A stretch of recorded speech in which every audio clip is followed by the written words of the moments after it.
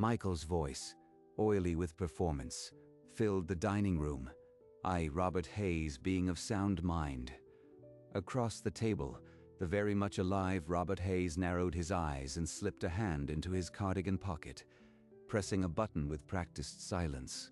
Robert Hayes, 71, and fully alert, watched his son perform. The medication, everyone assumed had fogged his mind, had worn off hours ago. I appoint my son, Michael Hayes, as sole executor of my estate. Beside him, paralegal Andrea Vance smiled too tightly, her eyes flicking toward Robert with a dread she couldn't quite suppress. In his cardigan pocket, a phone screen glowed faintly, a recording timer already running. The document on the table bore a signature Robert had never put there. To my son, I bequeath the house, the accounts, and full control of the estate. Robert allowed himself the faintest smile, the smile of a man who had just heard enough. To the future. The recording ran on, capturing every word. Robert hadn't missed a thing. The toast had been drunk. Outside the house, the night was still. Inside, a heavy quiet settled, watchful and patient. Across the table, Robert set down his glass with deliberate slowness, his eyes never leaving his son's face. Michael, you said everything. What about the cabin up north? Dad, you are still groggy. It's all in there. The cabin, everything. I made sure. Andrea's practiced smile twitched, then vanished entirely. She shot Michael a look that screamed, "Be careful." Robert had never owned a cabin in his life. The mention was a carefully placed blade. Michael's jaw tightened, but he recovered quickly, forcing a chuckle. Across the table, Robert's faint, cold smile didn't waver. Andrea's lips pressed into a bloodless line. She looked suddenly exhausted, as if the evening had aged her 10 years. Anyway, the roast is getting cold. Let's eat. We can talk more later. The recording ran on, capturing every breath. Robert let the silence stretch and waited. Michael rose first, smoothing his shirt with the air of a man who had just closed a deal. Andrea stood a beat later, her practiced smile still glued in place. You are exhausted, Dad. We should let you get some rest. Thank you for dinner, Robert. It was lovely. Drive. Safe. It's late. At the front door, Michael glanced back. Something flickered in his eyes. Guilt, maybe. Then Andrea touched his elbow, and the look vanished. The door clicked shut. Robert sat alone at the table, the candles now sputtering in pools of wax. He didn't move until the sound of their car faded entirely. Only then did his hand slide to his pocket. He pulled out the phone, the recording screen still glowing, timer still ticking. He tapped the screen to stop. The file was perfect. An hour of Michael's voice reading a will Robert had never signed. A cold smile crossed his face, the smile of a man holding a loaded gun. He saved the recording as insurance. Then he poured the last of the wine and sat in the dark, waiting for morning. By 8 a.m., Robert Hayes was already standing outside Richard Cole's law office, the forged will folded in his jacket pocket. He pushed through the revolving door with the steady stride of a man who had already made his decision. Richard, thank you for seeing me on such short notice. I wouldn't have called if it weren't urgent. Robert, you sounded like a different man on the phone. What's happened? Something I never expected from my own son. But I need you to hear it, and then I need your advice. He pulled the phone from his cardigan pocket and laid it on the desk, face up. The morning light caught its edge. You are recording something? From last night? The entire dinner. Michael reading a will I never signed. A document that names him sole executor of everything I own. Richard's hand, reaching for his glasses, froze midair. His face went still as stone. Listen. Robert tapped the screen. Michael's voice, tinny but unmistakable, filled the room. I, Robert Hayes, being of sound mind and body. The recording rolled forward, capturing every arrogant syllable. Richard's expression shifted from curiosity to disbelief. Unless I revoke this in writing, this will stand as my final testament. I appoint my son, Michael Hayes, as sole executor. This can't be right. This is... To my son, I bequeath the house, the accounts, and full control of the estate to be used as he wishes, without oversight. Robert sat motionless, his eyes never leaving Richard's face. He had heard it all before. The recording ended with Michael's toast, "To the future." Then silence. Richard removed his glasses, rubbed his eyes, and set them down. He looked 10 years older. That was your son. Robert nodded once. The words hung there, undeniable, as the morning light crept across the desk from his jacket. Robert withdrew the document, the same one Michael had read from. He laid it beside the phone. This signature is wrong. The slant is off, the pressure uneven. Richard pulled a magnifying glass from his drawer, focusing on the notary stamp beside the signature. The stamp read, Andrea Vance, Notary Public. The ink was too fresh, the embossing too shallow. Andrea Vance. She handled your property transfer. Her notary stamp on a forged will is a felony. She was at dinner with us. She smiled when Michael read my non-existent will. Richard laid the genuine signature sample beside the forgery. Under the glass, the forgery's strangled loops betrayed an amateur hand. Your son didn't write this alone. Andrea's professional fingerprints are all over it. Then they share the consequences. Richard set down his glass. The case was airtight. Now he had to know what Robert intended to do with it. You knew this was coming. You weren't sedated at all, were you? Robert's smile was thin, a blade sheathed.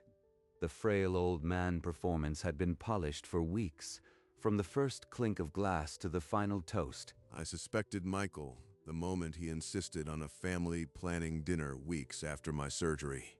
I let him write the script. Richard sat back. He looked at the phone, at the forged will, and then at Robert with an expression that was almost admiration. You started that recording before you sat down. You walked in with a trap already set. I pressed the button before the appetizer reached the table. I wanted every smug syllable. The morning sun had climbed higher, filling the office with a clean, unforgiving light. You gave him enough rope to hang himself. He tied the noose himself. I just made sure the rope was on tape. The room fell silent. The recording sat between them, a weapon Robert had forged before anyone else knew there was a war. Forgery, fraud, conspiracy to defraud. With the recording and the document, a prosecutor would have a field day. The words landed like stones in still water. Robert held his expression perfectly still, but something behind his eyes tightened. Michael could face 3 to 5 years, minimum. Andrea Vance would lose her license, and likely serve time as an accessory. You want me to prepare a criminal complaint? Number, not that. I don't want my son in a cell. I want him to wake up every morning knowing he earned nothing. You want him to live with the shame, not the punishment. Shame lasts longer than a sentence. He needs to understand that the world doesn't arrange itself around his greed. Richard studied the old man across the desk, saw not a victim, but a sculptor of consequence. The question hung unasked. What shape would that consequence take? There's another path, an irrevocable trust. Your assets skip Michael entirely, locked for your grandchildren. Robert's posture didn't change, but something behind his eyes kindled. The word irrevocable landed with a weight he hadn't anticipated. The house, the accounts, everything, placed in a trust with an independent trustee. Michael can't touch a cent. He's invisible to it. He'd fight it. How airtight can you make a trust against a man who forged a will? Airtight enough. The trust is funded immediately. The terms are sealed. If he contests, the trust itself covers legal defense. The idea was elegant. A fortress built from the very assets Michael had tried to steal. And the recording? I assume it becomes insurance. We attach it as an exhibit. If he ever challenges, his own voice damns him in court. He'd be a fool to try. For the first time that morning, Robert allowed himself a full, cold smile, not amusement but the quiet registration of a perfect move. Tell me everything. The timeline, the trustee, the wording. I want no loopholes. We structure it so your grandchildren become the sole beneficiaries when they turn 25. The trustee manages everything until then. Do it. Every dime. The house, the accounts, the estate. Everything goes to Claire's children. Michael gets nothing but the lesson. I'll start drafting now. Give me an hour. Robert straightened in his chair, shoulders squaring. The hunched, sedated old man from the night before was gone. In his place sat the man who had built an empire. Richard's fountain pen glided across the thick legal paper, the trust language taking shape under Robert's steady gaze. Robert watched without speaking. He had spent a lifetime building. He could spare an hour to dismantle his son's future. The irrevocable clause goes first. Once you sign, it cannot be undone. Not by you, not by Michael, not by any court. The cold smile returned, sharper now. Michael had tried to bury him. Instead, Robert was about to bury his son's inheritance. By the time the morning sun hit the top window pane, the draft was complete. Richard slid it across the desk. I'll read every word. Then I'll sign. Robert lifted the draft and began reading, his finger tracing each line. The room was quiet except for the rustle of paper and the ticking of Richard's desk clock. Who holds the trustee role? I want someone cold-eyed and unshakable. I recommend a corporate fiduciary. They report to no one but the courts.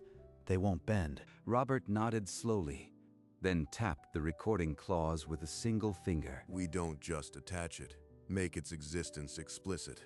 If Michael challenges, the court hears his own voice first. It's already here. Recorded evidence of the beneficiary's conduct, maintained under seal. He'll know exactly what that means. The phrase hung heavy in the sunlit room. And the age, I want them protected until they're old enough to know what they have. 25, as we discussed. The trust retains authority for education or emergencies, never for a parent. Robert read the final page, then set the draft down. The sound was a soft thud, but it carried the weight of a door locking. Robert reached for the fountain pen. His grip was steady, the same hand that had signed the contracts that built his first warehouse 40 years ago. This is my signature. The only real one on any document I've seen this week. Richard pressed the notary stamp into the trust, the embossing wheel rolling with a series of precise clicks. It's done. Irrevocable. No judge will overturn it. Robert folded a copy of the trust and slid it into a heavy envelope, the kind that carries final decisions. Now, send the letter. Let my son discover how poor he's become. Richard took the envelope. The weight of it felt heavier than the paper inside. 15 years of betrayal, sealed in wax. I'll courier it this afternoon. He'll have it by tomorrow morning. Robert stood and extended his hand. The grip was brief, but it sealed the morning's work. Two men who understood exactly what they had done. By noon, the courier had it. The letter was traveling toward a reckoning. Robert had been patient enough to deliver cold. Robert tapped his cardigan pocket. The phone was still there, the recording still on it. He had no intention of deleting it. If he tries to contest, I'll play it in court. Let him explain his own voice to a judge. Then we'll make it official. A formal notification of his removal. No explanation, just the fact. Richard drew a fresh sheet of letterhead, the law firm's crest at the top looking like a cold warning. You are hereby notified that you have been removed as executor and beneficiary of the Hayes estate. No further information will be provided. Robert listened to the words. Cold, efficient, final. It was a letter that would gut a man before the second sentence. Richard signed it, then folded the letter into a matching envelope, embossed with the same crest. This goes with the trust copy.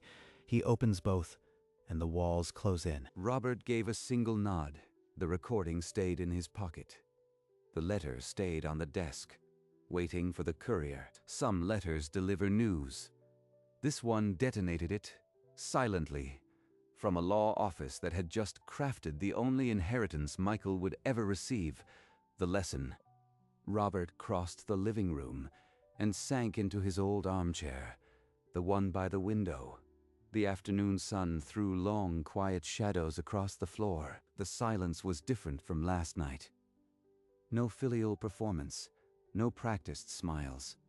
Just the house and what he had done. He rose and walked to the mantel. 2 photographs caught the afternoon light. A gap-toothed boy and a little girl with pigtails, Claire's children. The boy had his mother's stubborn chin. The girl had her laugh, even frozen in a photograph. You'll understand one day. Your father made his choice. He set the frame down carefully, aligning it with the boy's. The glass caught a sliver of light and held it. He tried to bury me while I was still breathing. What else could I do? He felt no regret, only the strange, cold peace of a necessary amputation. The house waited around him, patient and indifferent. The courier was already halfway to Michael's apartment. Some men build fences. Robert Hayes had just built a fortress around the ones who deserved it, and locked the thief outside. The courier van pulled away from the curb, leaving Michael Hayes holding a thick envelope in the cold morning light. Probably another update from Dad's lawyers. They love their paperwork. He tore the envelope open with a single motion, the heavy stock resisting for a moment before giving way. Inside, a single sheet of letterhead. The law firm's crest stared at him like a bureaucrat's warning. You are hereby notified that you have been removed as executor and beneficiary of the Hayes estate. Removed. Beneficiary. This has to be a mistake. Dad was barely conscious last night. His eyes flicked to the next line. No further information will be provided. The words were a locked door. He can't do this. He was sedated. He didn't understand. The envelope fell to the floor, empty. He stood frozen, the letter fluttering in his grip. The trust copy behind the letter had told him everything else. The house, the accounts, his entire future, gone, rerouted to children who didn't even know. He read the letter again, slower, as if the words might rearrange themselves if he stared hard enough. Executorship revoked. Beneficiary removed. Trust established. He never signed. He was never sedated. The phone felt foreign in his hand. He punched Andrea's number, his thumb trembling over the screen. Andrea, pick up. For once in your life, pick up the phone. She answered on the 5th ring, her voice a sleepy question. Get over here, now. Something's happened. The will, it's gone. He knows. Silence on the other end. Then a shuddering breath, the sound of someone's world tilting. Just come. Don't ask questions. Don't say anything. Just get here. He ended the call and stood motionless. The letter still clutched in his other hand. He'd spent years planning how to take everything. In one morning, the man he'd underestimated had taken it all back. Andrea burst through the door 20 minutes later, coat half on, eyes wild. She didn't need to ask what happened. The look on Michael's face said everything. Your stamp. Your stupid notary stamp. The signature was all wrong. He must have spotted it before we even sat down. You told me to notarize it. You said he was barely lucid, that it was just a formality. I trusted you. I planned for months. You had one job. One. And you left your professional signature on a felony. The letter lay on the coffee table between them, a silent indictment. What if he recorded something? Recorded? He was barely awake. He couldn't even lift his glass. He asked about the cabin. There was no cabin. He was testing us. The silence that followed was heavier than the argument. Michael stared at the letter, his mind racing. If his father had been alert enough to ask that question, he could have been alert enough to press record. He drove with both hands white-knuckled on the wheel, the letter on the passenger seat like a passenger he couldn't look at. The house looked the same, quiet, unassuming. The kind of place an old man watered tomatoes and trusted his son. Dad, what is this? Robert was sitting in his usual armchair, the evening paper on his lap. He lifted a hand with the patience of a man who had been waiting. Sit down, Michael. We need to talk about the dinner you thought I slept through. Michael froze in the doorway, the letter trembling. He had never seen his father's eyes so clear. You can't just. This isn't legal. I'll fight it. Fight what? A trust you can't touch, a signature I never wrote, or the recording of your own voice reading a will I never signed. The air left the room. Michael's face crumpled, the bravado gone. He sat without being asked. Robert pulled his phone from his cardigan pocket, the same one that had been running the entire dinner, and set it on the coffee table between them. You were so busy reading, you never noticed this. He pressed play. The recording crackled. Then Michael's voice filled the living room, as oily and confident as it had been last night. I, Robert Hayes, being of sound mind and body, do hereby declare this my last will and testament. Michael sat frozen, his horror growing as the recording played on.